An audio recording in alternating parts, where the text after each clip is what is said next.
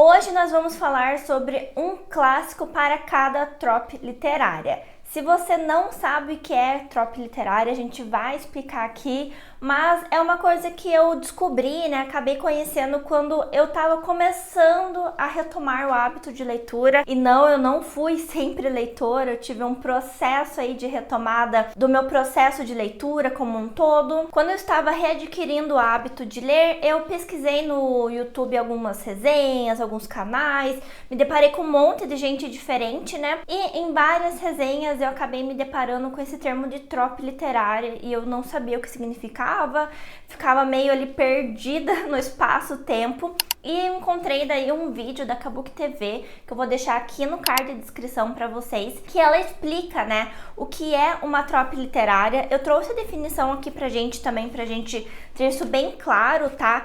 Que basicamente são padrões narrativos. Então são elementos que vão criar um padrão para que livros diferentes tenham características ali similares. Então, por mais que sejam livros que têm estruturas narrativas, que tenham personagens que vão ter desfechos diferentes, o grande ensejo, né, o miolinho ali da obra, ele vai ser ancorado em uma trope literária, tá? Eu vou explicar para vocês, trazer vários exemplos aqui, então fiquem tranquilos que vai ficar mais claro também como que isso se dá nos livros. Isso é muito normal da gente encontrar nos livros jovens adultos, né, nos YA da vida, mas como eu normalmente falo aqui no canal sobre livros clássicos, eu resolvi trazer então um clássico para cada trope literária. Na verdade, tem algumas que eu trouxe mais de um livro, mas a gente já vê sobre isso um pouco mais pra frente. Mas vamos começar com a primeira trope literária, que é um livro que eu não tenho aqui na minha estante, porque eu li no Kindle na época, que é o Slow Burn, que é aquela progressão lenta, né? O slow burn, literalmente, né? Então, que ele demora para queimar, para acender aquele amor entre os personagens, normalmente em uma história romântica. E quando eu vi essa definição de trope, eu lembrei muito de Felicidade Conjugal, do Tolstói. Nesse livro nós teremos uma jovem que acaba se casando, né, com um homem que é um pouco mais velho, que era o amigo do seu falecido pai. E ela não tem um amor, um afeto muito grande, ela tem uma afeição, digamos assim, por ele. Eles acabam casando, né, e a gente vê esse desenvolvimento do sentimento, né, entre os dois, crescendo e progredindo muito lentamente, e a forma com que a relação deles também vai mudando ao longo de toda essa novela. Recomendo bastante, e é uma novelinha que eu gostaria de reler, porque eu lembro que quando eu li, eu achei meio sem graça, confesso pra vocês, mas foi logo que eu li Ana Karenina. Então, assim, são livros totalmente diferentes, né? Eles são... O Ana Karenina é um monumento, né, gente? Então, não que Felicidade Conjugal não seja bom, mas são livros que é difícil de você comparar, porque são de uma profundidade, né? Não tem como você ali em quase 800 páginas aprofundar o mesmo que uma novela de menos de 100 páginas. Acho que isso a gente pode concordar. A próxima trope literária é Enemy to Lovers. Então são aqueles inimigos que se tornam amantes. São aqueles personagens que às vezes eles não têm talvez um motivo específico para se odiarem, ou eles têm, eles escolhem se odiar, mas que tudo vai mudando e desenvolve uma paixão enlouquecedora, né? Trouxe aqui, eu acho que o grande representante dessa trope, que é Orgulho e Preconceito. Eu acabei de ler esse livro recentemente e, por sinal, a Jane Austen é considerada aí a precursora dos tropes literários.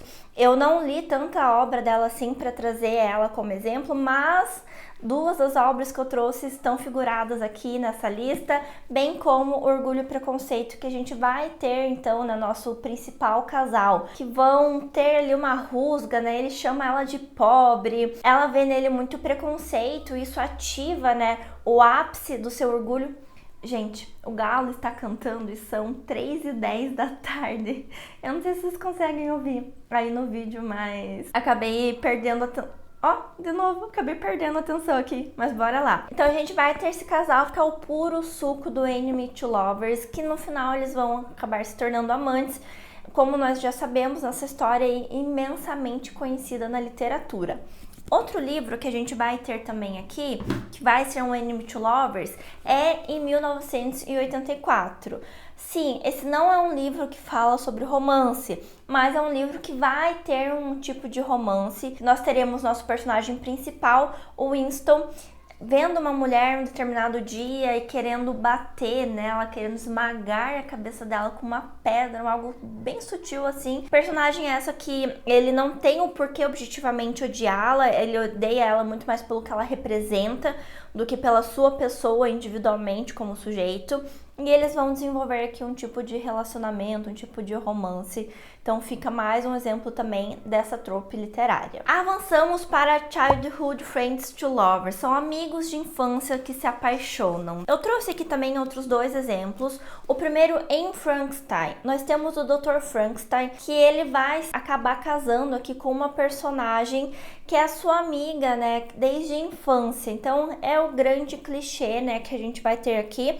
Novamente, não é um livro de romance, mas tem um romance ali dentro e a gente vê como que isso vai afetar também a forma com que eles se relacionam, quanto que eles confiam um no outro, tudo isso, né, baseado nesse trope literário que a gente encontra também neste livro. O grande representante desse trope, gente, não tem como não falar que é Dom Casmurro, porque nós temos aqui Bentinho e Capitu dividindo o muro quando eram crianças. Eles realmente cresceram juntos, acabaram se apaixonando na adolescência, casando mais tarde. Então, assim, esse aqui é o grande suco, né? E isso mostra como que as relações, elas também são muito mais inocentes no começo e como esses sentimentos vão se desenvolvendo ao longo dos anos. É muito bonito de ver isso acontecendo nas obras. Aqui, às vezes, um pouquinho perturbador, talvez. Avançamos para Friends to Lovers, que são aqueles amigos que se tornam amantes. Eu custei para pensar nesse trope literário, mas eu lembrei então dos nossos queridos personagens que eram amigos e que se tornam amantes. Principalmente nesse último livro aqui da saga do Harry Potter, em As Relíquias da Morte, quando a gente tem o Ron e Hermione finalmente ficando juntos, gente.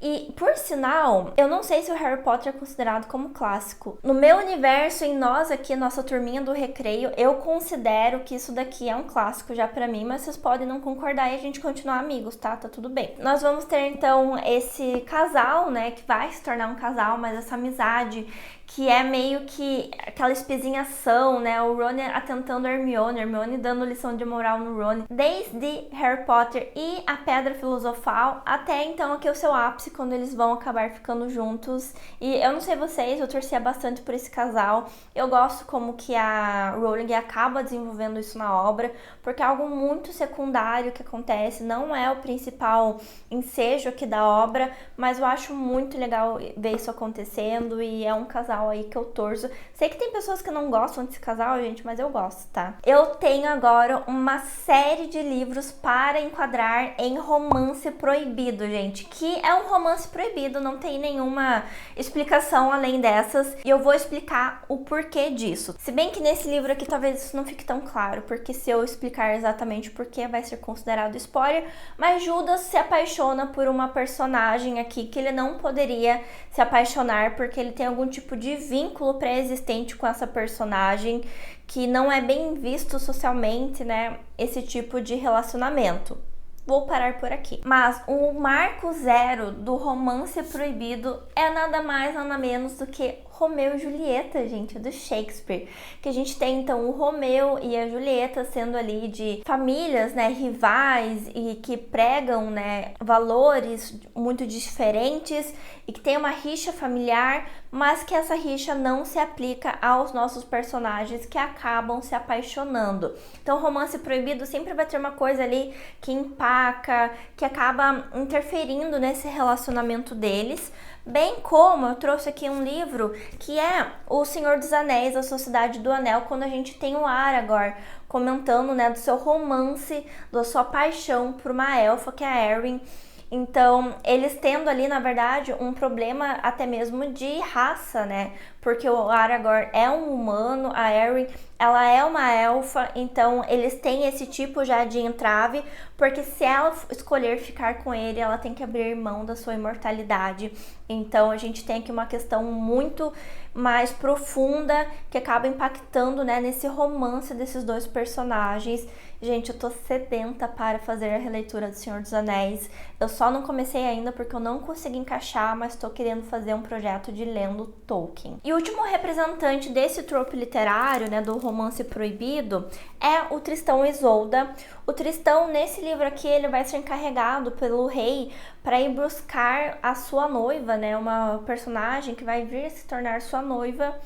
Acontece que ela está prometida, então, né, para este rei. No caminho para casa, eles tomam meio que uma poção do amor ali e acabam se apaixonando loucamente. Só que é um romance proibido porque ela já está prometida para um outro homem que nada mais é do que o seu rei, né? Então não é qualquer pessoa também. Então isso aqui acaba sendo o grande norteador de toda esta obra, que é uma delícia de ler, gente. Eu li quando era criança e recomendo muito. E temos agora o meu preferido, acho que é o Dark Romance. A gente vê muito isso aqui nesses livros como ou é assim que acaba, que eu tenho certeza que vocês já ouviram falar. Em muitos momentos ele é considerado como Dark Romance por alguns, né, produtores literários, na verdade, por ele ter ali uma questão de um relacionamento abusivo. Então a gente vai considerar como Dark Romance tudo aquilo que, sabe aquilo que beira um crime? Basicamente é isso que vai ser um Dark Romance. E eu trouxe aqui o que pra mim é o grande representante desse trope literário, que é o Morro dos Ventos Uivantes, que é um amor obsessivo, gente, que não é saudável. A gente tem aqui até mesmo violência contra os animais, violência contra a criança, violência contra todo e qualquer tipo de pessoa. E isso acontecendo aqui tem um aspecto que a gente pode considerar também uma necrofilia, talvez sim, eu considero, talvez vocês não. Então aqui a gente tem toda uma questão de um amor doentio, né? Tem pessoas que questionam se de fato é um amor. Eu acho que uma louca obsessão. E eu acho que esse daqui é um grande representante. Nós vamos ter aqui, se você não conhece, né? A gente tem resenha para esse livro aqui no canal, por sinal. A gente vai ter a Catherine e o Heathcliff, que são criados juntos. O Heathcliff, ele é recolhido, né, pelo pai da Catherine para ser criado junto com eles. Eles acabam desenvolvendo um afeto que vai se transformar numa paixão, só que a Catherine resolve casar, né, ficar noiva de um rapaz que vai lhe dar mais segurança, mais estabilidade, porque o Heathcliff não tinha onde cair morto. O Heathcliff some, pega uma reta, desaparece. Quando ele retorna rico e querendo vingança contra a Catherine, contra as pessoas que lhe fizeram mal, contra o marido da Catherine que acabou roubando a dele.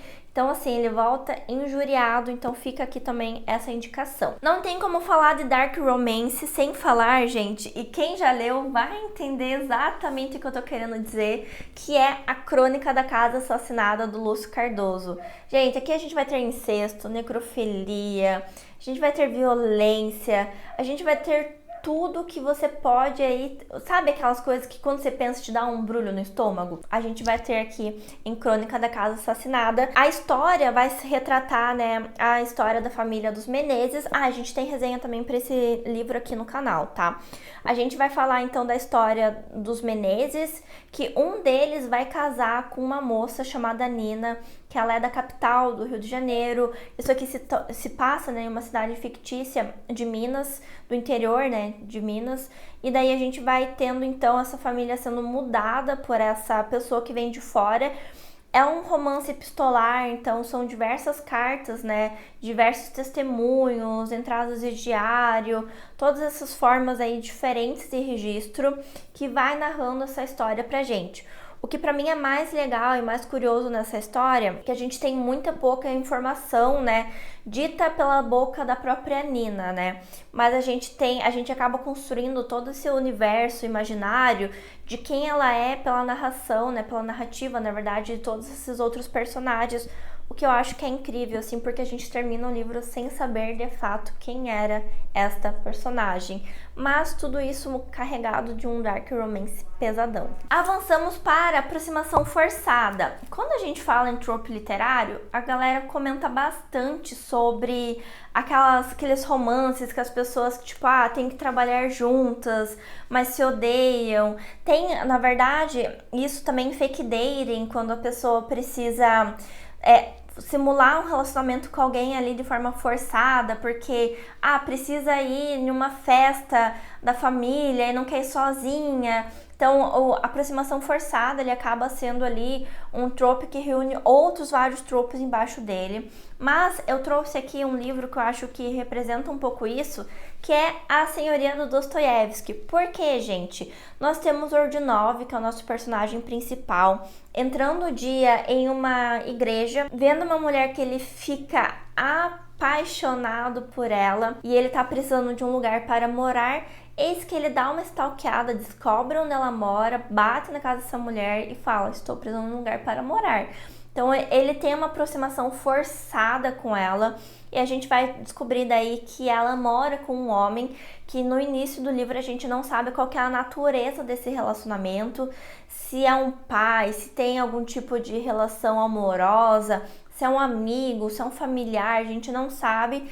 E Ordinov, então, forçadamente se insere nesse núcleo desses outros dois personagens e daí a história realmente vai ganhar um grande fôlego de acontecimentos. Temos também o conhecidíssimo triângulo amoroso e eu trouxe aqui, que está nessa minha edição aqui do box da Nova Fronteira, que é A Mão e a Luva. A gente tem resenha aqui que eu fiz recentemente no canal, que não é apenas um triângulo amoroso, é um quadrilátero amoroso, porque nós temos a nossa personagem principal, a Guiomar, que é disputada por 3 homens e o grande plot do livro, né, a grande enredo é o fato de que ela precisa encontrar a luva para sua mão, que é aquele relacionamento que vai se encaixar e que vai conseguir dar para ela a experiência, a vida, né, que ela quer ter através destes casamentos. Bom, avançamos para o Instalove, que é o amor instantâneo, não é o amor do Instagram, gente, é o amor instantâneo. E eu lembrei daí, gente, do Harry Potter e a Pedra Filosofal, que é quando a Gina vê o Harry pela primeira vez lá na plataforma ainda do Expresso de Hogwarts, quando o Harry está para embarcar. A Gina e a sua família chegam ali e ela olha pra ele e a gente descobre mais pra frente que ela se apaixonou naquele momento pelo Harry e ela passará aí toda a saga. Ai, gente, eu adoro Harry Potter, meu Deus do céu, que delícia essa história.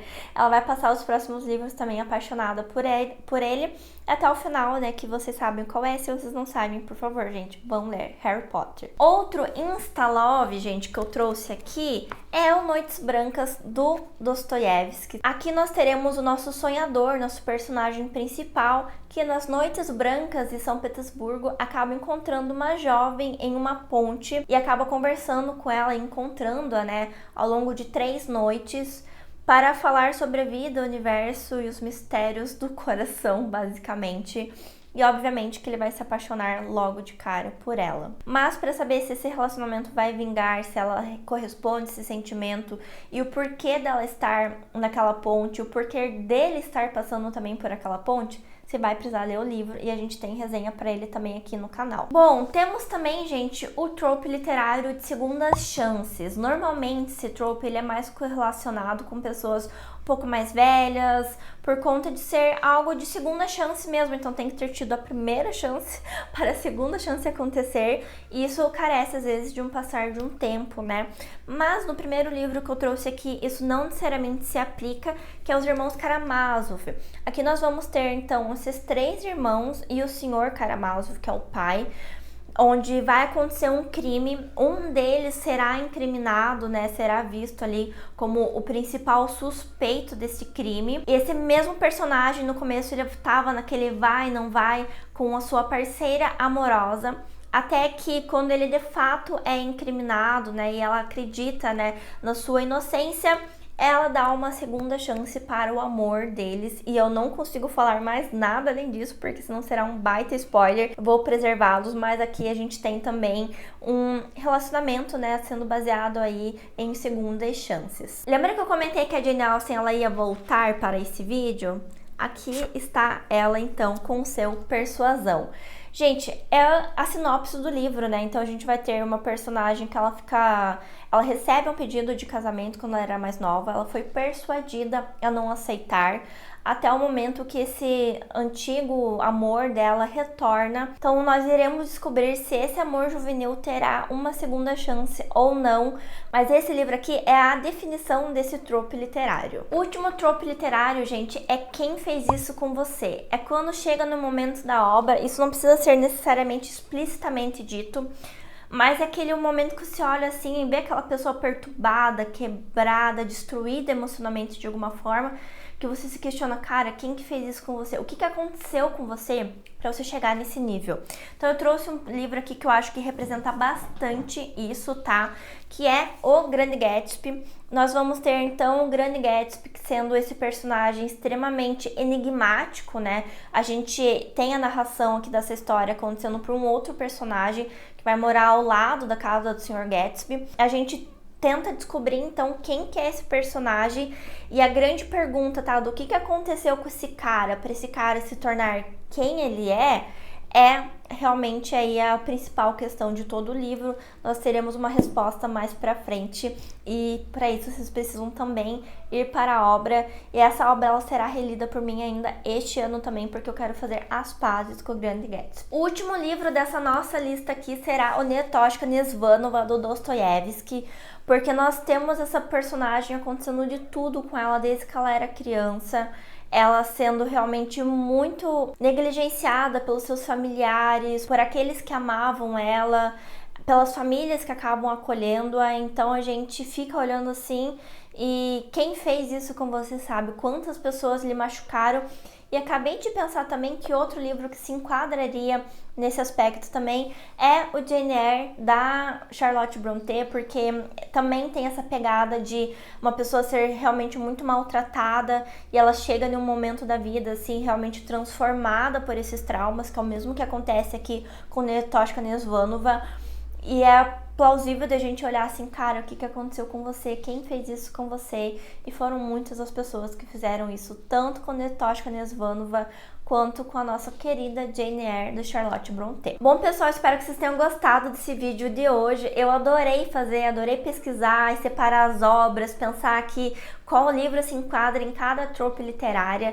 Se vocês curtiram, não esquece de deixar um like, de se inscrever e de compartilhar esse vídeo também. Quero agradecer a todos os membros do canal que fazem parte da Biblioteca Secreta e que fazem com que as nossas leituras sejam maravilhosas. E eu espero te ver no próximo vídeo aqui do canal.